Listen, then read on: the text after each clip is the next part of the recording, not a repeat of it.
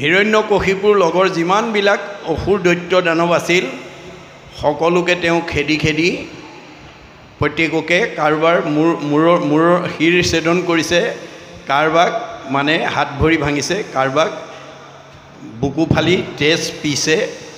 এনেধৰণৰে সমস্ত দৈত্যবিলাকক কি কৰিছে তেওঁ বধ কৰি জগতলৈ শান্তি নমাই আনিছে। এইটো বাহ্যিকতা, মনত ৰাখিব কথাটো। এইটো এটা ৰূপক কাহিনী।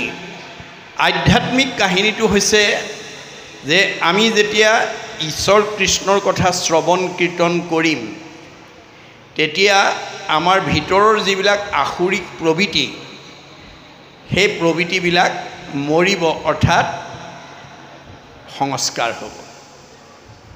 গতিকে তিনিগুণময় আসুৰিক ভাৱবিলাক আমি যেতিয়ালৈকে মাৰিব নোৱাৰিম তেতিয়ালৈকে আমাৰ মনে এই বিনাশী সম্পদৰ মায়া মোহৰ প্ৰতি আসক্ত হৈ থাকিব। আমাৰ কোনবিলাক মানুহে বিনাশী সম্পদৰ প্ৰতি বেছি আসক্ত হয়? যিবিলাক মানুহে ভাগৱত শুনিবলৈ নাহে। ঈশ্বৰ কৃষ্ণৰ কথা যি মানুহ নুশুনে সেই মানুহে দেহকে আত্মা বুলি ভাবে আৰু ইষ্টমিত্ৰ কুটুম্ববিলাককে আপোন বুলি ভাবে আৰু বিনাশী সম্পদবিলাককে সঁচা বস্তু বুলি ভাবে। মনত ৰাখিব কথাটো।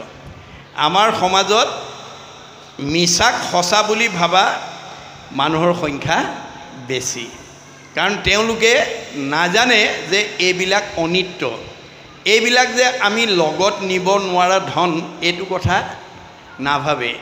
আমাৰ মানুহে নিমন্ত্ৰণ পালেও বিভিন্ন কাৰণ দেখুৱাই আজিৰ অনুষ্ঠানলৈ নাহি পাৰ্থিৱ ধন টকা পইচা ঘটাৰ প্ৰতিহে গুৰুত্ব দিয়ে।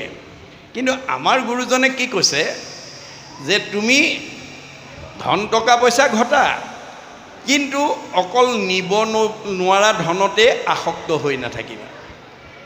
যত দেখা ধন শৰীৰৰ স্ৰজন, মৰিলে লগে নাযায়। আমি যিবোৰ ধন জন্মৰ পৰা আজি তাৰিখলৈকে ঘটিছোঁ, যিমান পকা ঘৰ বনাইছোঁ, যিমান গাড়ী মটৰ কিনিছোঁ, যিমান সম্পত্তি লৈছোঁ, সেইবোৰ কিন্তু আমি লগত নিব নোৱাৰোঁ।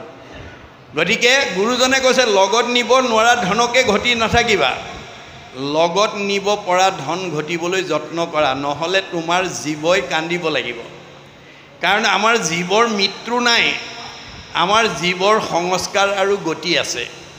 আমি নাজানিহে কৈ আছোঁ এই বৰ ৰাইডিঙীয়া গাঁৱৰ আজি আমুকা মৰিল, তামুকী মৰিল, স্বৰ্গগামী হ'ল, বৈকুণ্ঠগামী হ'ল, প্ৰয়াত হ'ল, বিদেহ হ'ল, ইহলীলা সম্বৰণ কৰিলে, নানান ধৰণৰ ভাষাৰে আমি কাৰোবাক মৰা বুলিয়ে কৈ আছোঁ। কিন্তু গীতাত কৃষ্ণই কৈছে অৰ্জুনক, হে সখা, এই মানুহ মৰা বুলি কোৱাটো মিছা কথা কৈ আছে। অজীৱৰ মৰণ কহে যিটো জন, সবে মিছা মহাভাগ, কৰ্মৰ সংস্কাৰে পুনু দেহলয়, অপূৰ্ব দেহ কৰে ত্যাগ। আমাৰ জীৱৰ মৃত্যু নাই, মৃত্যু কাৰ আছে? দেহৰ। দেহৰেহে ধৰ্ম জনম মৰণ। জীৱৰ কি আছে? সংস্কাৰ আৰু গতি। মই আৰম্ভণিতে সেইকাৰণে কৈছোঁ, আসন লোৱাৰ আগতে আপোনালোকৰ যুৱকসকলৰ প্ৰতি, বাপ আইসকলৰ প্ৰতি আহ্বান জনাইছোঁ। কি বুলি? যে আপোনালোকে প্ৰথম স্কন্ধৰ পৰা দ্বাদশ স্কন্ধ ভাগত এবাৰ লুটিয়াই ইমানতে সামৰি নেপেলাব। আপোনালোকে জীয়াই থকালৈকে ভাগৱত আপোনালোকে পঢ়ি থাকক, শুনি থাকক। কাৰণ আপোনালোকৰ গাঁৱলৈ আজি এই 4 দিন শুনা মানুহখিনিয়ে নাহিব, ইয়াৰ পিছতো বহুত জীৱ এইখন গাঁৱলৈ আহি থাকিব। গতিকে অনাগত দিনত আহিবলগীয়া জীৱবিলাক যাতে শুদ্ধ জীৱ ইয়ালৈকে আহিব পাৰে। পোহৰৰ ওচৰলৈ যেনেকৈ আন্ধাৰ আহিব নোৱাৰাটো বিজ্ঞানসন্মত সত্য, যিখন গাঁৱত ভাগৱত ভক্তি ধৰ্ম, ভক্তি মানে পোহৰ, প্ৰচলিত হৈ থাকিব, তালৈ বেয়া জীৱ আহিব নোৱাৰে। গতিকে আপোনালোকে এই আঁচনিটো কৰিয়ে থাকিব জীয়াই থকালৈকে। তেতিয়া কেইজনমান মানুহ মৰিও অমৰ হৈ যাব।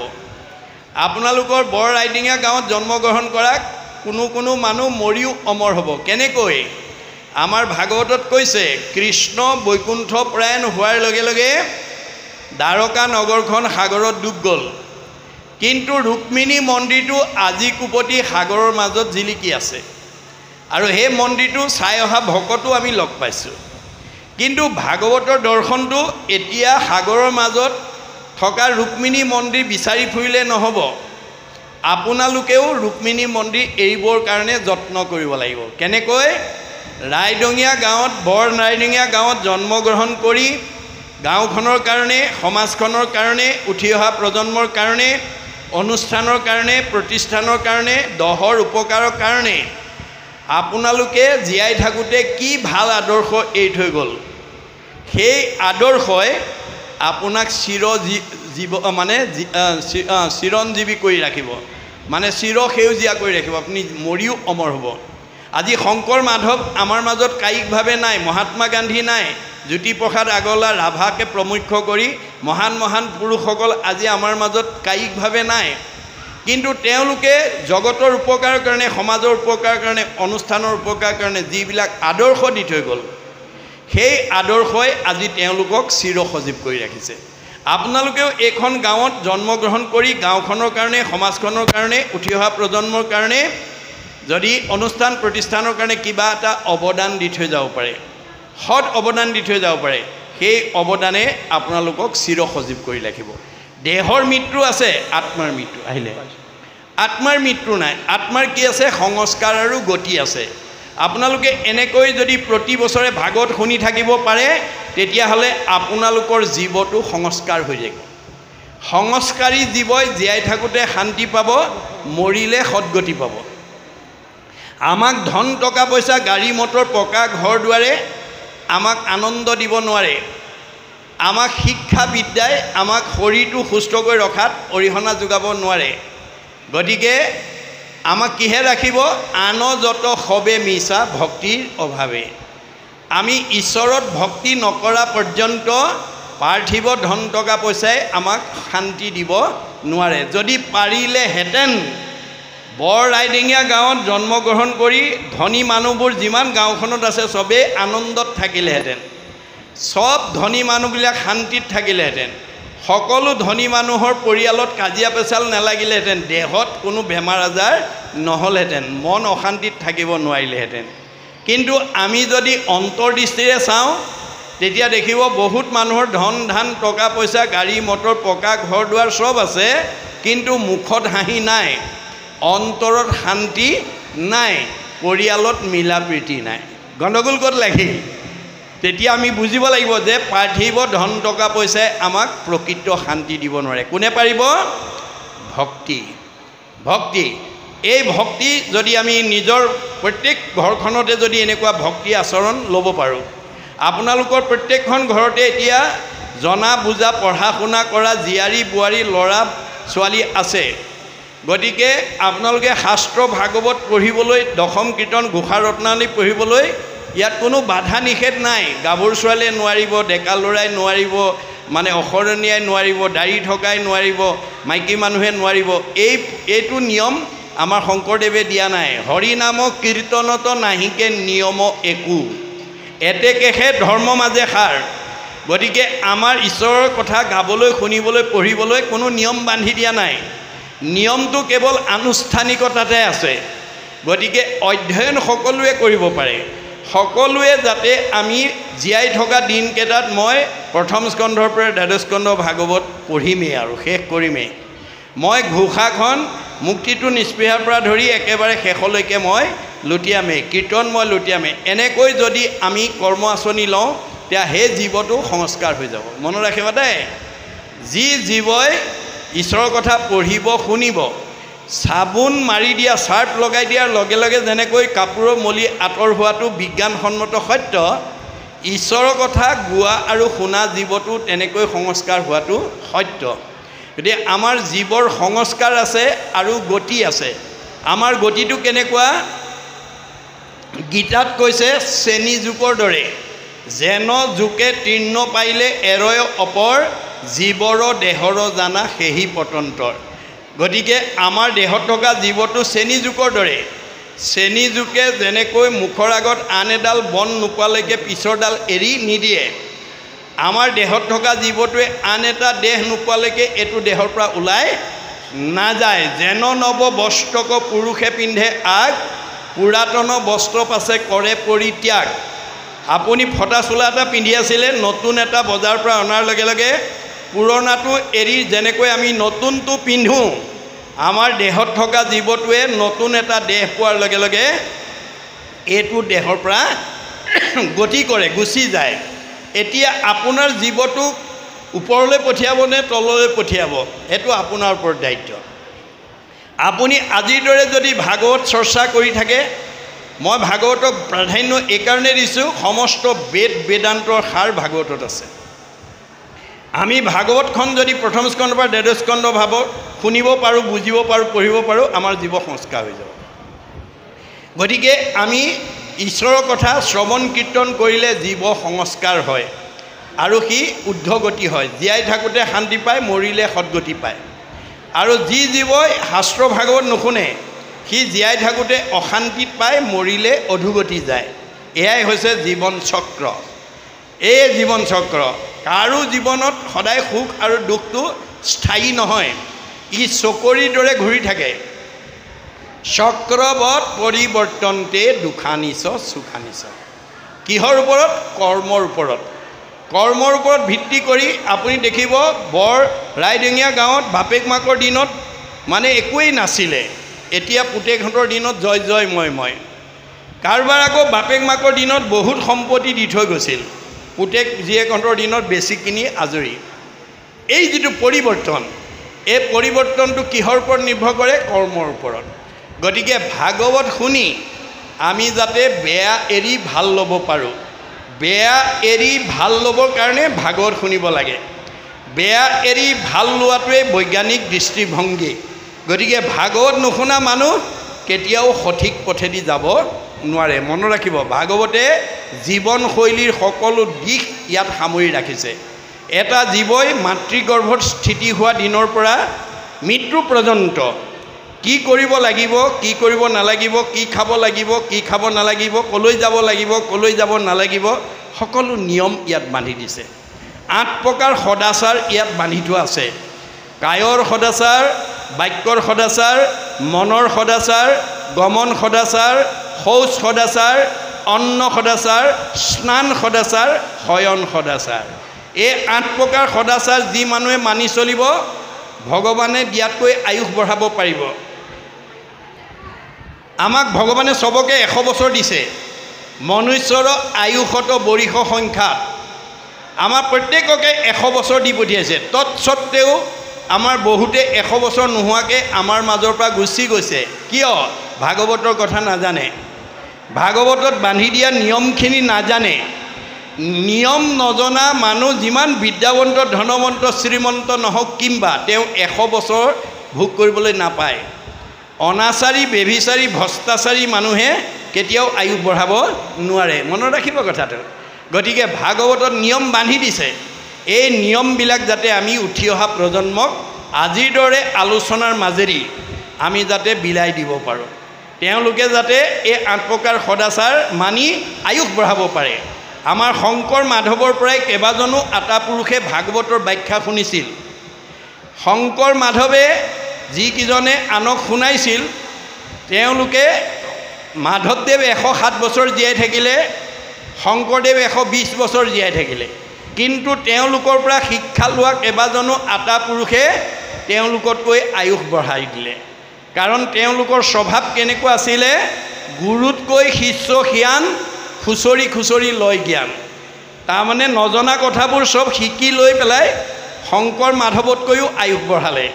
আমাৰ লখিমপুৰ বৰনাৰায়ণপুৰত জন্মগ্ৰহণ কৰা বদলা আতা 130 বছৰ, ৰামৰাম আতা 140 বছৰ, মথুৰা দাস আতাই 151 বছৰলৈ আয়ুস বঢ়ালে। ভগৱানে দিয়া বয়স 100 বছৰ আছিলে। এই ওপৰঞ্চি বয়সবিলাক ক'ৰ পৰা পালে? যিবিলাকে অনাচাৰ, বেভিচাৰ, ভ্ৰষ্টাচাৰ কৰিব, যিবিলাকে নীতি সদাচাৰ নেমানিব, তেওঁলোকৰ পৰা আয়ুস কাটি নি নিয়ম মনাবিলাকক যোগ দিব, বেলেগৰ পৰা আনিব নোৱাৰে। সেইকাৰণে আমাৰ এইখন গাঁৱত জন্মগ্ৰহণ কৰা প্ৰতিজন সদস্যই যাতে ভগৱানে দিয়া আয়ুসৰ পৰা যাতে বঞ্চিত হ'ব লগা নহয়, তাৰ কাৰণে ভাগৱত চৰ্চা কৰিব লাগিব। ভাগৱতৰ বিনা আয়ুস বঢ়োৱাৰ দ্বিতীয় বিকল্প নাই, মনত ৰাখিব কথাটো। গতিকে ভাগৱতে আমাৰ সকলো নিয়ম বান্ধি থৈছে। এই নিয়ম যেতিয়া মানি চলিব আপোনাৰ আয়ুস বাঢ়িব, শৰীৰ সুস্থ হৈ থাকিব, কোনো বেমাৰ আজাৰে চুব নোৱাৰিব, কোনো বাহ্যিক শত্ৰুৱে আপোনাক আক্ৰমণ কৰিব নোৱাৰিব। এই কথা ভাগৱতে কৈছে। যি মানুহে ভাগৱত শুনিব, পঢ়িব আৰু বুজিব তাৰ বাহ্যিক শত্ৰু থাকিব নোৱাৰে বুলি শাস্ত্ৰত কৈছে যে শাস্ত্ৰ অনুবৰ্তী শত্ৰু নহি উৎপন্ন। যি মানুহে ভাগৱত শুনে, পঢ়ে আৰু বুজে তাৰ কোনো শত্ৰু থাকিব নোৱাৰে বুলি ভাগৱতে কৈছে। কিয়? তেওঁ ব্যৱহাৰ কৰিব জানে। তেওঁ ব্যৱহাৰটো কেনেকুৱা? সমানত মৈত্ৰী, উত্তমত সৎকাৰ, দৰিদ্ৰত দয়া কৰি বেক বাৰম্বাৰ। শাস্ত্ৰ শুনা আৰু পঢ়া মানুহে ব্যৱহাৰ কৰিব জানে। সমানজনক বন্ধু ব্যৱহাৰ কৰে, বয়োজ্যেষ্ঠ বা জ্ঞানজ্যেষ্ঠজনক সন্মান কৰে আৰু নিজ বা হীনজনক মৰম কৰে। এই তিনিটা গুণ যাৰ গাত আছে তেওঁ কেতিয়াও মানুহে বেয়া নাপায়। কিন্তু আমাৰ এতিয়া বহুত গাঁৱত, বহুত সমাজত জ্ঞানী মানুহ, শিক্ষিত মানুহ আছে, কিন্তু সমাজে বেয়া পায়। কিয়? তেওঁলোকে ব্যৱহাৰ কৰিব নাজানে। কোনোবাই ধনক লৈয়ে গৌৰৱ কৰে, কোনোবাই বিদ্যাক লৈ গৌৰৱ কৰে, কোনোবাই সম্পদক লৈ গৌৰৱ কৰি তেওঁলোকতকৈ হীনজনক বেয়া ব্যৱহাৰ কৰে। তেনেকুৱা স্বভাৱ আছে যদি এৰিব। আপুনি আনক হিংসা কৰি কেতিয়াও ভগৱানৰ প্ৰিয় হ'ব নোৱাৰে। গতিকে 5টা অহংকাৰে আমাক ভক্তি কৰিবলৈ নিদিয়ে বুলি বেদে সিদ্ধান্ত দিছে। কি কি? জাতি, বিদ্যা, মহতঞ্চ, ৰূপ, যৌৱনম এব চ যত তত স্তুতি বৰ্ধেত পঞ্চতৈ ভক্তি কণ্টকঃ। এই 5টা ভাৱ যাৰ হৃদয়ত অৱস্থান কৰিব, সি ডেকা ল'ৰাই হওক, গাভৰু ছোৱালীয়ে হওক, বোৱাৰীয়ে হওক, শাহুৱে হওক, শহুৰে হওক, পিতৃয়ে হওক, মাতৃয়ে হওক, এই 5টা ভাৱ যাৰ হৃদয়ত থাকিব সি ঈশ্বৰত ভক্তি কৰিব নোৱাৰে। কি কি?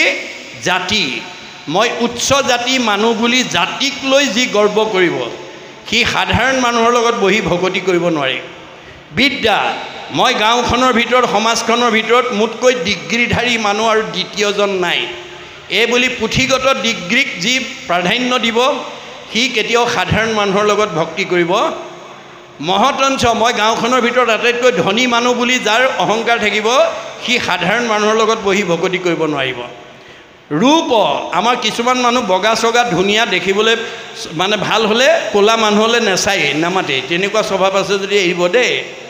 গতিকে ৰূপ সৌন্দৰ্যটো সাধনাৰ বস্তু। ভগৱানে পূৰ্বজন্মত বৰ ৰাইডিঙীয়া গাঁৱত মই এজনী ধুনীয়া গাভৰু ছোৱালী, ধুনীয়া বোৱাৰী, ধুনীয়া এজনী মাইকী মানুহ, ধুনীয়া এটা ডেকা ল'ৰা, ধুনীয়া এজন মতা মানুহ হৈ প্ৰভু মোক জন্ম দিবা বুলি আপুনি পূৰ্বতে ভগৱন্তক সাধনা কৰিছিল কাৰণে এই জন্মত আপুনি আনতকৈ ধুনীয়া সৌন্দৰ্যৱান ব্যক্তি হৈ ছোৱালী বা বোৱাৰী বা মাইকী মানুহ বা মতা মানুহ বা ডেকা ল'ৰা হৈ জন্মগ্ৰহণ কৰিছে।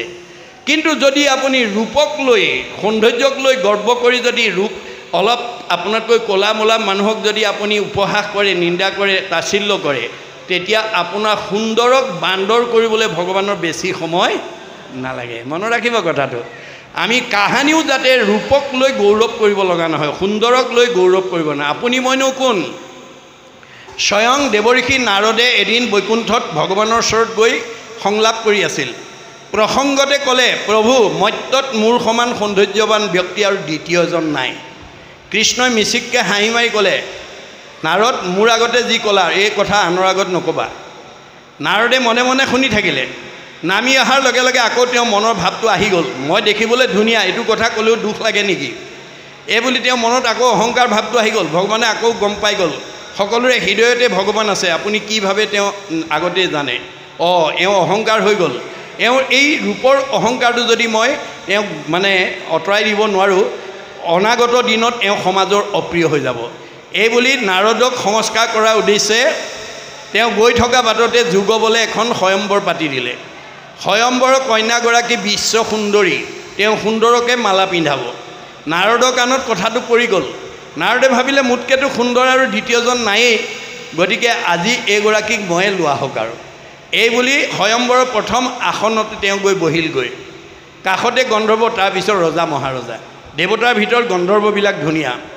কইনাই যেতিয়া মালা লৈ আহিছে নাৰদে ভাবিলে মোৰ ডিঙিতটো আজি সোমাবই আৰু আহি ওচৰ পোৱাৰ লগে লগে ডিঙিটো যেতিয়া আগবঢ়াই দিছে কইনাই তেওঁলৈ কটাক্ষ দৃষ্টিৰে চাই যেতিয়া আগবাঢ়ি গুচি গ'ল তেতিয়া গন্ধৰ্বজনক কৈছে হেৰা কি হ'ল বোলে তুমি আইনাখন চোৱাগেচোন আইনাখন চাইছে নাৰদ বান্দৰ হৈ আছে বুজিছে নাই নাৰদক ভগৱানে বান্দৰ কৰি বহুৱাই থৈ দিছে নাৰদে গম পাই গ'ল এইটো প্ৰভুৰ কাম তেওঁ লগে লগে অভিশাপ দিলে প্ৰভু তুমি যেনেকৈ মোক বান্দৰ কৰিলা এদিন তুমিও এই বান্দৰৰ সহায় লৈহে উদ্ধাৰ হ'ব পাৰিবা এই বুলি পেলাই অভিশাপ দি দিলে যাৰ কাৰণে ত্ৰেতা যুগত ৰাম অৱতাৰত বান্দৰৰ সহায় লৈ সীতাক উদ্ধাৰ কৰিব লগা হৈছে এইবোৰ কাহিনী উপকাহিনী ইয়াৰ মাজেদি আমাক কি শিক্ষা দিছে যে আমি পাৰ্থিৱ বিনাশী ধন টকা পইচা ৰূপ যৌৱনক লৈ যাতে অভিমান কৰিব লগা নহয় অভিমান কৰিব পাৰিব অতি সোনকালে আপুনি পতন হ'ব লাগিব অভিমানে অহংকাৰে জীৱনলৈ পতন